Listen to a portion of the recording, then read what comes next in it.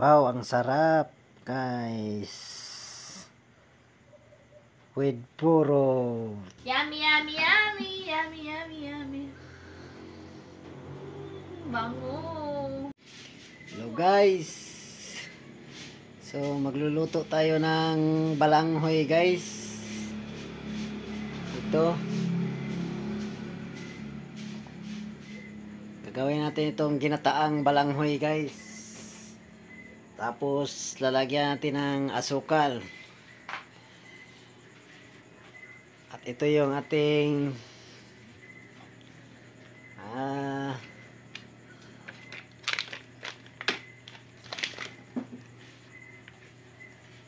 gata na nasa pack na, guys.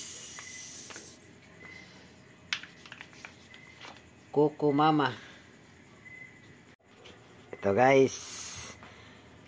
So, magluluto tayo ng ginataan na kamuting kahoy. So, nilalagyan muna natin, guys, ng konting tubig, guys. Lulutuin muna natin siya sa tubig. At bago natin ito lagyan ng Kuko Mama na gata. So, ayan, guys.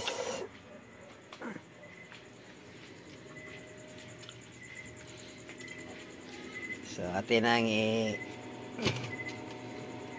sasaing dito sa tingkalan.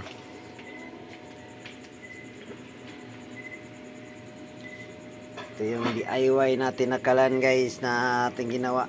Dekorente. Lagyan natin ng takip, guys. So, hintayin natin, guys, na maluto na yung ating balanghoy, kamuting kahoy, bago lalagyan natin itong Kuko Mama na gata.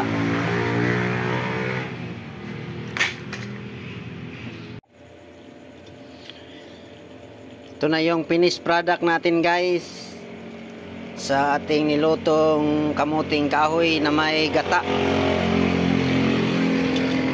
So, ayan, guys. Hindi ko na video yung paglagay ng gata, guys, at saka asukal. Ayun, titikman natin. Ito, guys. So, mayroon ng asukal ito at gata, guys.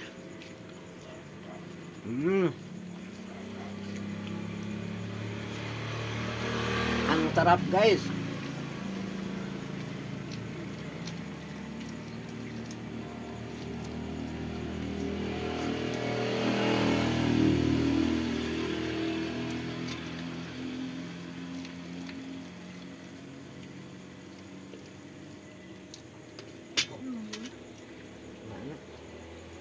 So, ito na, guys. So, titikman na namin, guys.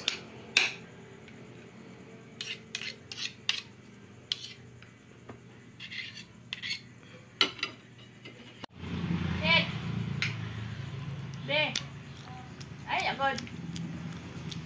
Sarap, guys. Oh, dali. Wow, ang sarap, guys.